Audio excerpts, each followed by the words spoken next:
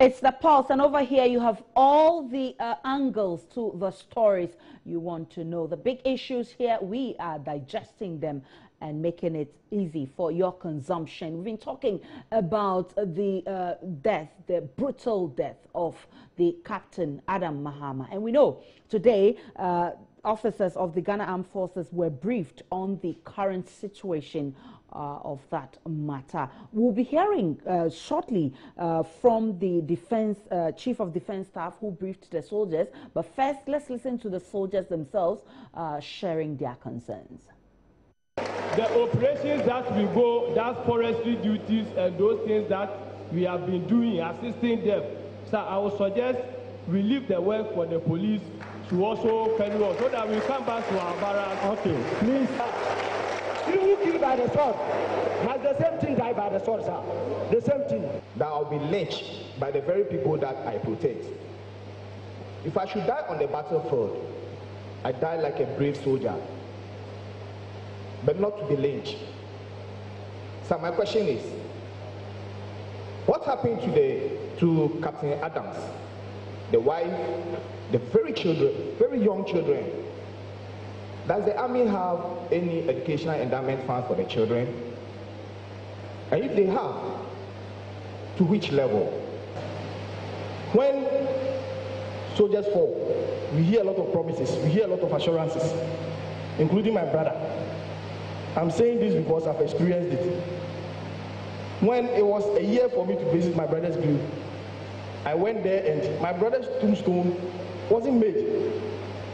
It was supposed to be made by the armed forces. I had to pay 300 Ghana cedis to make it available for that 1 year celebration. But a lot of promises were made. So I want to know today, even as of now, nothing has been heard about my brother's estate or anything. I am not interested in my brother's estate. No amount of money can replace my brother. And I know no amount of money can replace Captain Mahama to his family. But what I want to know is that when and how long does it take for the bereaved family to receive their entitlement so that the loopholes that have been created by the loss of the fallen comrade can at least be taken care of a little bit, because it's been 369 days now and I haven't heard anything. Thank you, sir. We can listen now to the Chief of Defense Staff for some responses to their concerns. Let me say that this incident, as I indicated in my speech, is a test of our professional posture, a test of our resilience, a test of how we respond to crisis. We exist, I agree with you, to protect Ghana from external aggression and also to support the police to maintain internal law and order. In a society as vast and as complex as Ghana, occasionally some of these unfortunate incidents will and do occur.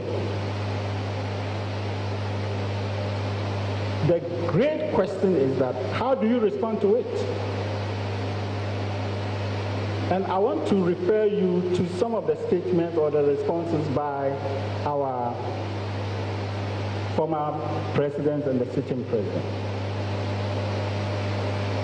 Particularly what President Rawlings said, that even though this is a cruel act, he said, cool heads must prevail. Additionally, our Commander-in-Chief has assured us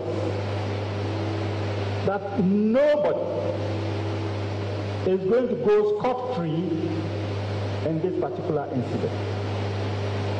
We are collaborating with all the relevant security agencies, and we are making steady progress. The Chief of Defense Staff hints there is a package for Captain Mahama's wife and the children. Now, on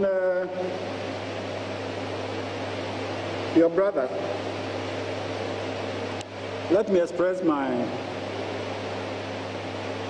regrets that issues that should have been done about a year ago are still pending, and that you had to use your own money to raise the tombstone. I think that is not correct. I'll charge a CO-based workshop together with the Commander Support Services Brigade to please look into this particular issue and give me a feedback within 24 hours. 24 hours.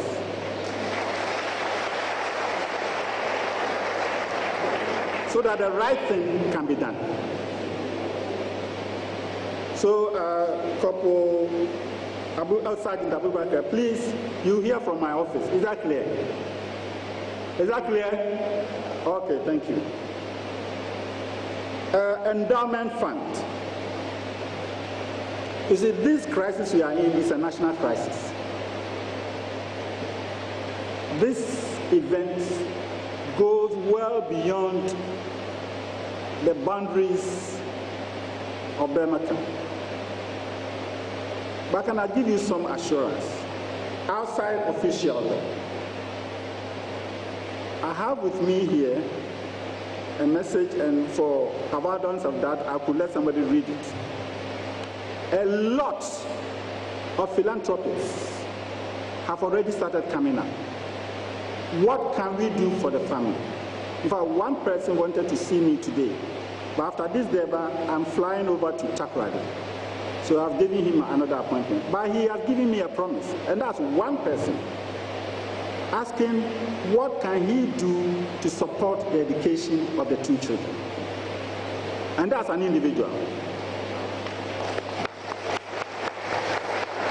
I have no doubt in my mind that the family of this officer will never be left in the lurch.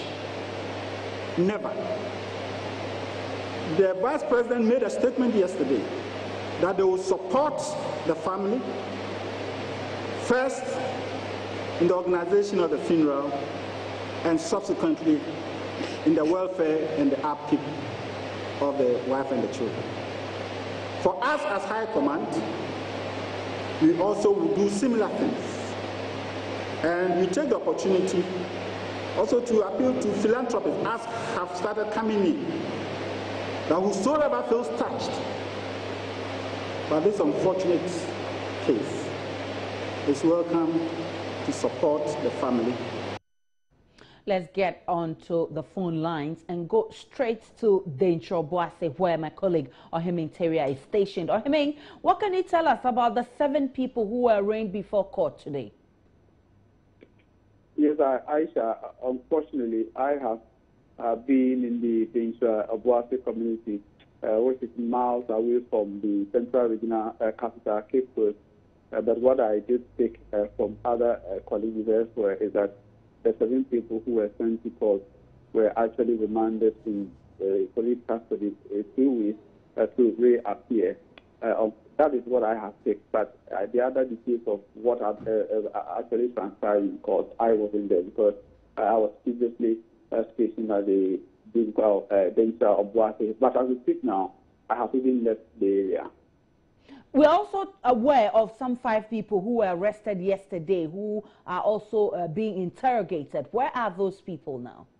Yes, I had a conversation with the district police command, and the information I picked from the officials is that these 5 people are on their way from Asantogwa in the western region, being transported to Cape Coast, where the regional headquarters will be interrogating these people further. But let me also add that one of the key suspects, one of the key women they have been looking for in this investigation managed to escape from potential initial police arrest. She, at that time, I'm told, had boarded a taxi, and she was trying to cross the Diaso community. But unfortunately, maybe she got a hint of the police presence on the way. So she escaped into a nearby forest before she even got to the point where police officers had been stationed and waiting for her arrival to fall into their trap. All right. We are also told that the police have deployed a homicide unit into that community. Have you cited them? What have they been doing? Yes, the homicide unit were in Binsha Obuasi with the director of CID, Mr. Bryce Ojo, and other senior police officers from the Criminal Investigations Department. Yes, Mr. Bryce Ojo and few members of the team have left for Cape Coast, but I can confirm that majority of the homicide units are still in the Binsha Obuasi community and also other areas within the district where they have been deployed to also take information as quick as possible to aid police investigations. Don't forget the Military High Command. One of the key things in their on their agenda, especially Major General Ayamdo, when he visited the area, asked police to speed up investigations in order to bring all the perpetrators to book. So police have also assured that they will do everything within their power to unravel the mystery, the circumstances surrounding the death of Captain Adams Mahama. So that is what they have been doing. I must say, in the Nshabuasi community, throughout my stay in the community, once in a while, you see, on many occasions, I saw police officers in plain clothes also, taking their positions and visiting the community to get more information. Though, seeing people and extracting information from them is a bit difficult, but I know this is a more scientific approach that they want to adopt in getting information as to what actually happened on the day, that is Monday, that led to the death of Captain Mahama. Is the Central Region Police aware of the 2 arrests made today in Techima and Asankragwa? I'm aware the command is aware of the Asankragwa one, especially the district command. They were fronting for the transfer of these 5 people who, had the opportunity to escape from the Nshabuasi to Asankragwa. Yes, the district command is aware, as well as the regional command. But with the latest information of 2 small people being picked up by the Techima police, the district command, I must say, have not been in the known. But according to information that I take from the officers there, they have also been in touch with the Techima police. So as we speak now, yes, they are in the known and making an effort to also see how these 2 people will be transferred to Cape Coast. There's also a forensic team in that community, or Heming. Have you cited them? What have they gathered so far? Yes, I have cited the forensic team, but as it stands now, it's difficult to get information from them. The last time I spoke to an officer, he told me they are in the community, and every information that they take are not being processed in the community. What they have been doing is to liaise with the Central Regional Police headquarters and also the headquarters of the CID.